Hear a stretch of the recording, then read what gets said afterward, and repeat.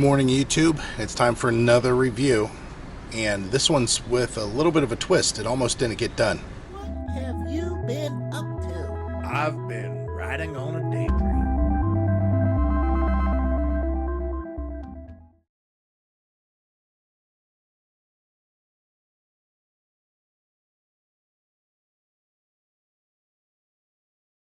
For those of you who've been watching me for a while and paying attention to what I say, which I say a lot, so sometimes it just becomes one big blur.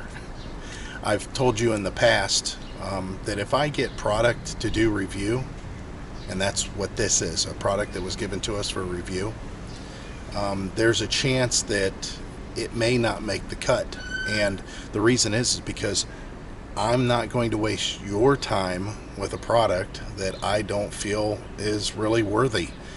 So there's a lot of stuff that we test behind the scenes that you guys never see. Now, I've had mixed results with that as far as your responses. I had some people say, well, we want to see all the reviews and then we can determine if it's bad or not. I'm telling you, some of the stuff that we got just doesn't make any sense. And that's actually what this was initially. So let me tell you the story behind that. In the past, on our travel trailer that we used to have, we had double door, and we installed keyless entry on that double door. It was from a company that's probably the leader in the industry because they have the best marketing, and it was RV Locks. Their pricing is pretty up there too. So it was nice that they sent them to us. We loved them. They worked great, all except that the pad, we had to replace the pad a few times because it would crack, just from heat, just from sun. So whenever we were getting into the fifth wheel, way back in November, we're currently in March, I looked into the company a little bit as far as the money that was involved and how much they cost. They were a little bit cheaper, and they seemed like they were pretty good quality. A lot of ways, I like them better than the RV Lock, definitely, except there was one shortage. This one here came with 2 remotes. However, only one remote worked at a time. You could only program one remote. Now, their reasoning was in case you lost a remote, the other one was just there for backup. Again, we could always just use the keypad and get in, so that's not an issue. Whenever I told them that I was not going to do a video for them, I had mentioned to them that I got the product, I installed it, I like most of the features that it has. However, the whole idea behind the one key fob only didn't make any sense. They were in the process of making improvements to that model already, and they said, listen, if you're willing to, we'll send you another one and it will be updated and it will be improved, because we're always updating our products. We're always looking at better ways of doing it, and we noticed that when you mentioned that, that might have been an issue. So that's what this is. This is us getting ready to install what looks just like that here. But I'm going to open the box and show you what it looks like so you can get an idea of what you're in for. Not very heavy, and they were quick to ship this. I had talked with them, I can't remember which day it was, but I told them, yeah, I said, if you want to send me another one, I'll take a look at the new one, and we'll go from there. And it showed up immediately. RISTOW, R-I-S-T-O-W. I'll have to say that I did like the remote better than the RV Lock. The RV Lock remote was not a very good one. You had to make sure you didn't push the button with your whole thumb. You had to kind of put your nail into it for it to work, where this one's easier. I don't know what this is, a screwdriver. There's all the keys. Here's a striker plate, different types of screws to mount the locks. They do give you batteries. The lock themselves, here's those key fobs. Oh, there's the batteries for the key fobs. Nice. One thing they give you that RV Locks don't give you, these membranes, they just have a tendency to fail. Now, it's not a big deal. It still works. It's just the letters start picking off, and from you pushing the same one all the time, and you just pull off. You can see it's just a decal, basically, a raised decal. It's not hard to do, but they include it already. We had to call RV Locks, and they had to ship us a couple more. They didn't include it. The only disadvantage to the key fob that I don't care for is the indication for the this is in case you have 2 doors, but the indication of which button to push, you can't really see that too well, can you? So I had to take a marker and mark it. Whenever you take your door handle off of your RV, obviously it's not going to be power, but it's going to be mounted the exact same way. So we got 2 screws here you're going to be concerned with, and then 4 screws on this side that you got to be concerned with. Now when you loosen these 4 screws on this side, that'll allow this piece to come off. So be cautious, have somebody waiting, holding it, you can hold it, whatever. Once you remove those screws, as I indicated, this is going to come off and you're going to see wires, and there's wires attaching this side to that side. Now we removed the other lock from the door, so in your case, when you remove your lock, this is what you're going to be wanting to do next, and that's pull these 4 screws out. Again, I showed that before, and then just separate the 2. Now there's a couple things that you got to be concerned about. You need to be concerned with this knob right here, this orange knob, and how it goes on to this post right here. You have to be concerned with this here. This is the door catch, and that it goes into that slot there when you put it back together. Now here's the other thing, the wiring. Now this is just a simple plug. It just plugs in just like that. So it can only go on one way. Don't force it, but make sure that you do plug it in. And this is so this half can go on the outside. There's a big rubber gasket already included, a huge gasket that's already included on here. And then this goes on the inside. And of course, this piece here. So let's go ahead and show you what it looks like going on. Of course, clean all this area very well. I mean, since you got it off, you might as well clean it. But this is going to go in this post first.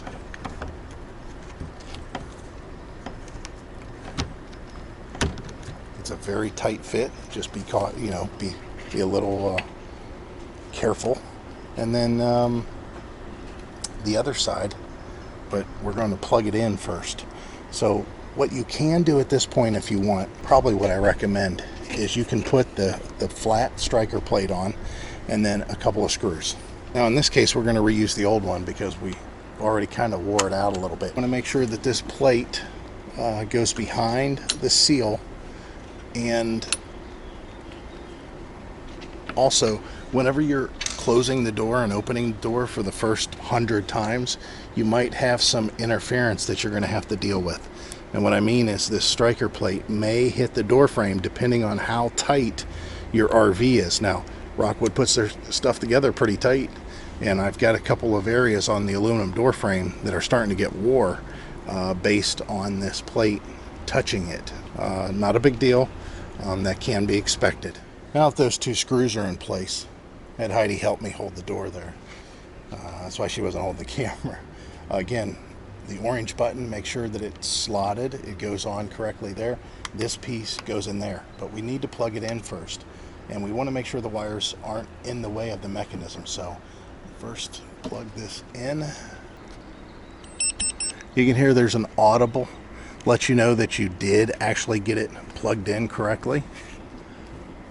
And now it's just lining these 2 up, which I don't think we're going to be able to show on camera. Again, wiggling it around a little bit. I know that I have both those lined up. Now we're going to run these screws in. Now, I've told this story before. Don't be a He-Man when you're tightening this stuff, because you will break these screws. I'm using a power drill driver, but it's because I've used a power drill driver to do my job for many years, and I know how much I can get away with. Even with that said, on our Terry travel trailer, I busted off one of those screws because I just went a little bit too far. It doesn't take very much for these things to get messed up.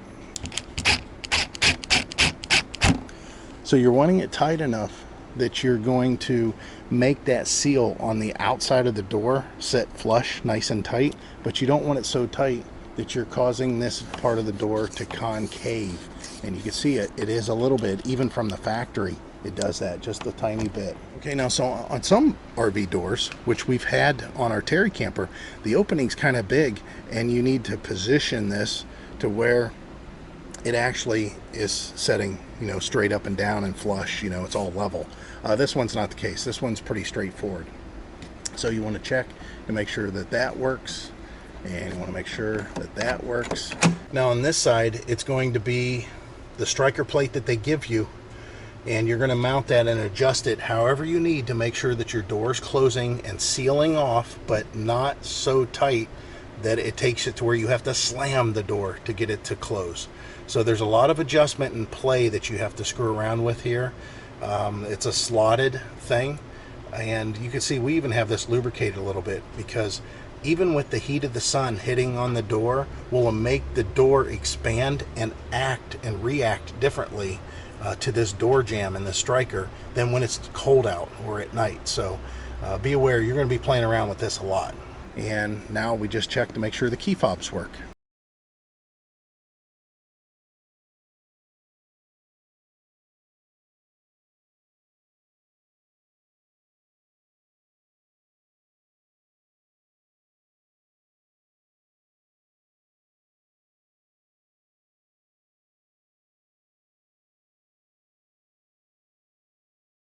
So pushing the lock button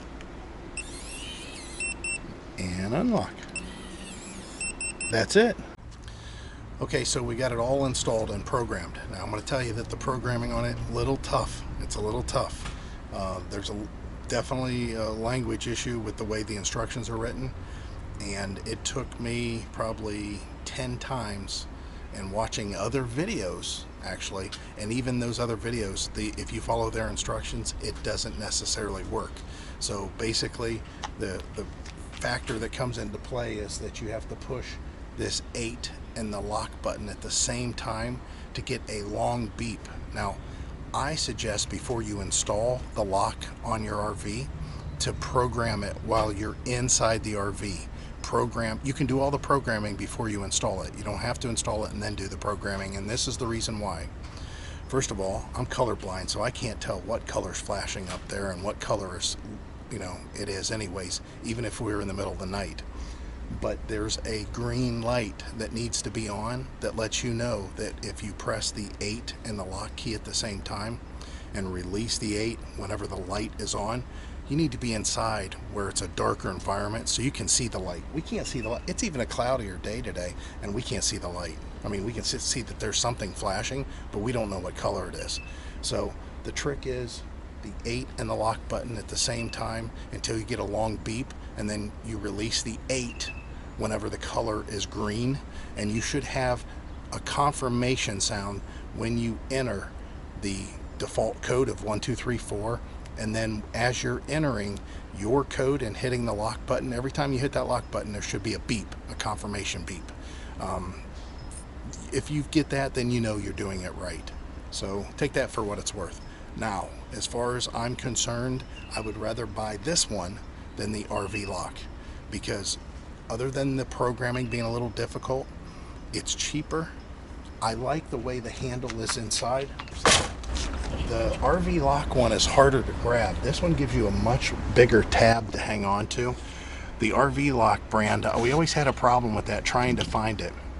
Now if you want to, you can put a little piece of black tape over this here, because every once in a while you may bump this and your key fob don't work and you don't know what's going on. It's because of this.